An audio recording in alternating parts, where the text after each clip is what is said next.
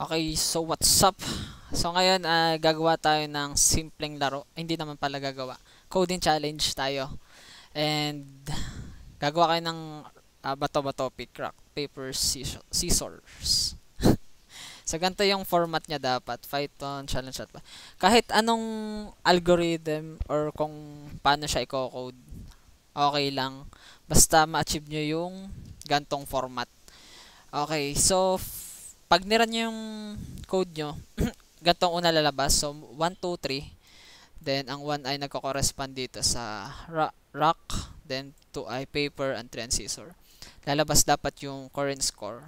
Kasi, hindi pa nagsisimula ang score nyo pareho. Yung score mo ay, pareho yung score ay 0.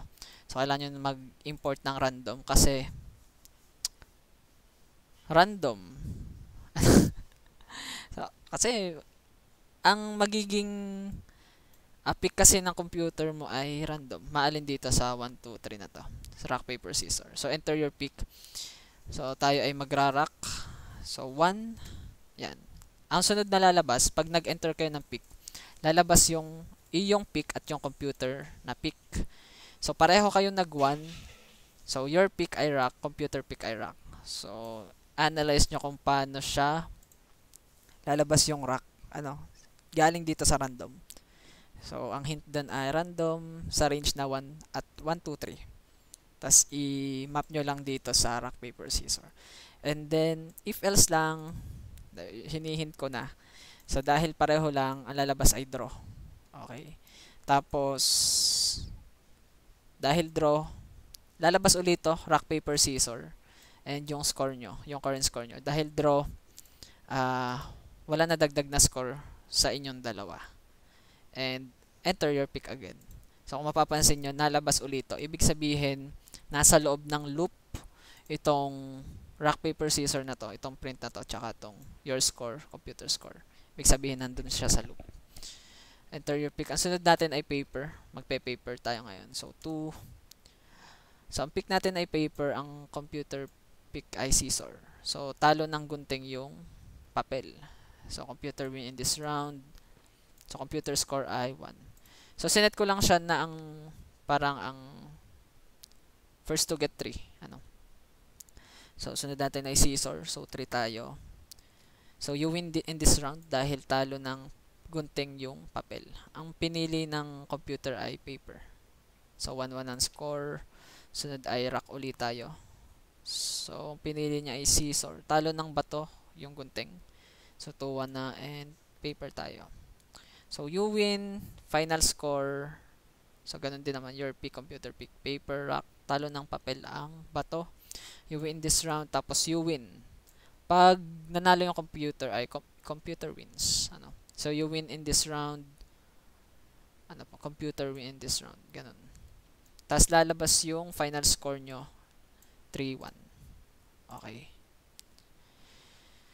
So, yun lang naman. First to get 3. Sinet ko na lang yung score ay kung sinong una maka 3, yun, you win, computer win. So yun yung ating coding challenge ngayon, and code na natin siya kaagad. So nakita nyo naman na kailangan ko i-copy muna to para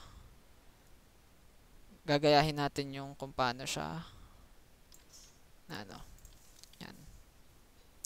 And analyze nyo lang yung kung paano siya, kung ano yung pagkakasunod-sunod sa code, yung pagpiprint, and malalaman nyo na kagad. So, kailangan muna natin ng random, import random. And kailangan natin to i-print, diba?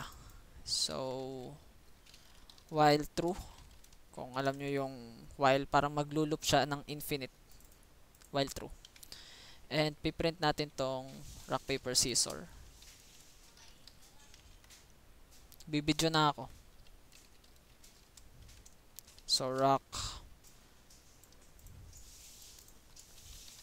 print 2 ay nilagyan ko din itong backslash n para may space siya sa una. 2 ay paper, print ay pangatlo ay scissor. Okay. Ano ba yan? Pagpasensyahan nyo na. Dapat pala hindi ko na kinapi. And then, your score, computer score.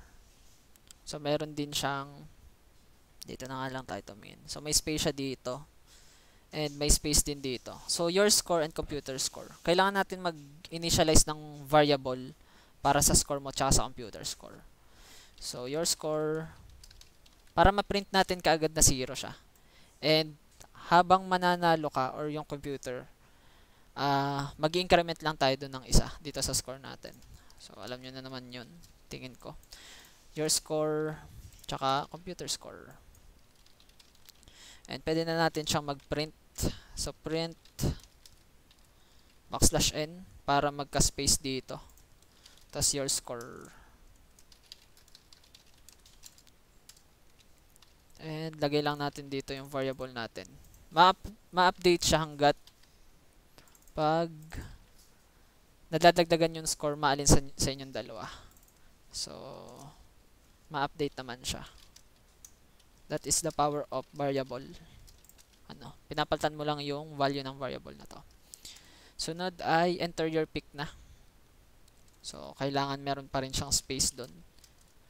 So, kung paano tayo hihingi ng input sa user. So, alam nyo na naman yun. Pick is equals to int. Kailangan natin siyang i-convert sa integer. Kasi, pag nakuha tayo ng input sa user, ang default niya ay string. So, kailangan natin siyang i-convert sa integer. So, enter your pick. Yan. Dito magta-type yung user. And lagyan natin dito ng \n para magka-space doon. And your pick and computer pick. So, based dito sa number na in-input nyo, paano natin mapapalabas tong rack and sa computer. So, kuwari ay computer pick. Dito natin pala malalaman kung ano yung pinik ng computer. So, ang range natin ay 1, 2, 3. So, ganun din sa computer. So, random.randint. Ito yung module niya. So, 1, 3. Yan. Yan ay magja-generate siya ng random number between 1 and 3. So, kasama yung 3. So, paano natin mapiprint tong your pick tsaka computer pick? So, isipin nyo siya. Print your pick.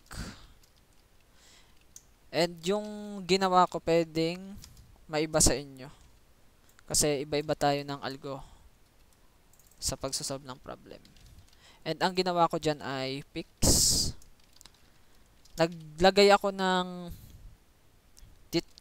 nag-initialize ako ng list na nandun yung tatlong pagpipilian. Yan, paper tsaka scissor. And based dito sa list na to, paano ko makukuha yung pick mo?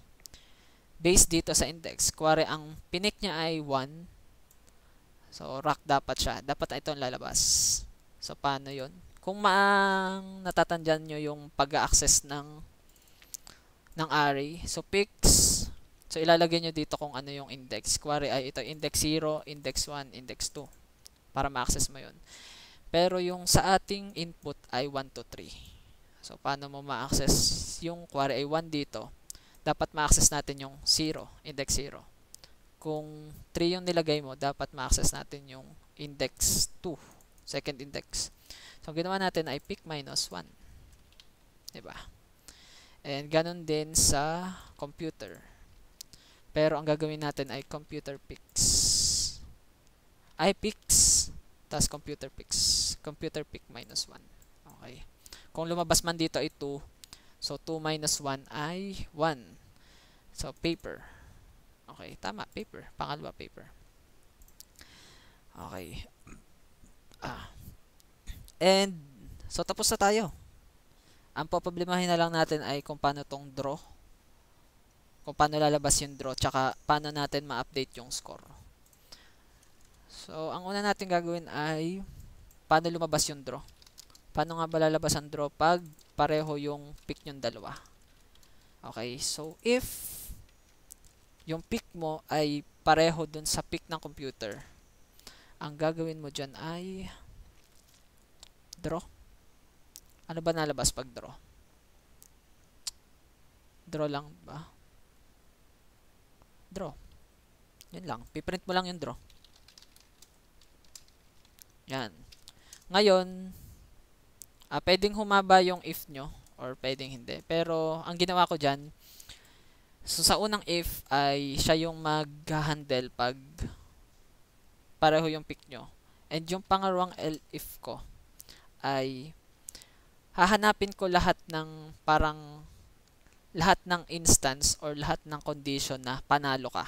Ikaw yung panalo.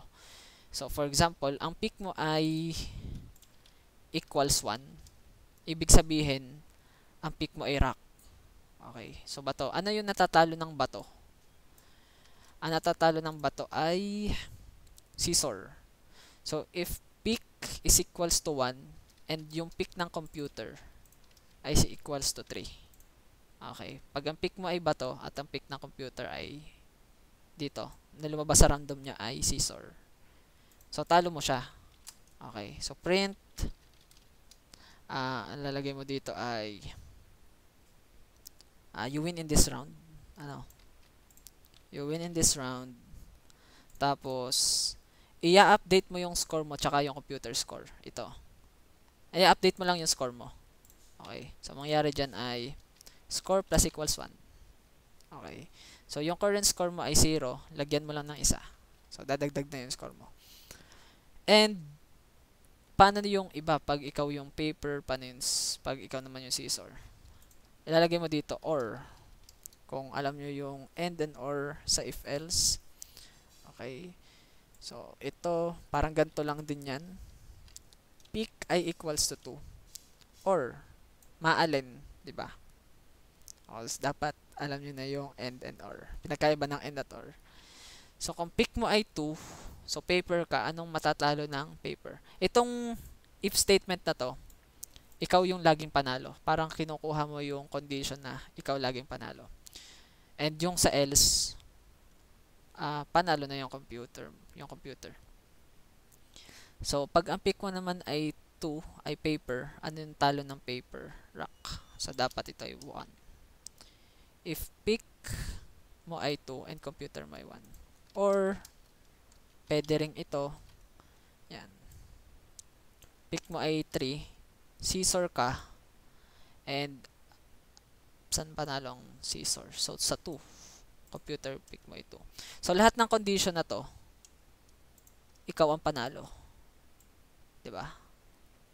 Yan. So, you win in this round. At yung natitirang condition, pag wala dyan, panalo yung computer. Print, computer win this round. Yeah. Computer win in this round. Win this round. So, ma-update siya ng ma-update. And kailangan mong mag-set ng limit. Diba? So, ang first to get 3. So, pwede ka dito maglagay or sa baba kung gusto mo. So, if your score is equals to 3, pag umabot na yung score mo sa 3, ang ilalagay mo ay you win. You win. Dahil may space siya doon, lagyan natin dito ng space. And, same lang din dito. Your score dapat to ay computer score. Computer score. Computer win. Tama, no? So, yun na yun. And, ilalagay mo na lang ay break. Alam niyo yung break. Para ma-break siya sa loop. Umalis siya sa loop. Kasi tapos na yung laban eh. And, piprint mo na lang yung final score. So, print, final score, print, yun, your score. Ito. Piprint mo lang ulit ito. Yan. Yan. Yan. So, try natin tong i-run. So, Python main.py. Okay, rock, paper, scissor. Una tayo ay rock. Okay, you pick rock. Pareho kayo nag-rock. So, draw tayo. Sunod natin ay paper. So, you win in this round. Talo ng paper ang rock. So, ma-update yung score mo. Yan. Nagigets nyo naman siguro, no? Kasi basta isipin nyo lang yung step by step na procedure, yung algo nyo bago nyo siya i-code. Okay, yung pagkakasunod-sunod. And, so, score natin ay, then 3, scissor tayo, pareho tayong scissor. Hindi na-update yung score. And then, parehong rock uli, parehong paper, parehong scissor. Ayun, rock, scissor. So, your pick ay rock. So, tama. 2-0 ng score. Ayun, final score. So, panalo ulit tayo. So, yun. Para sa coding challenge.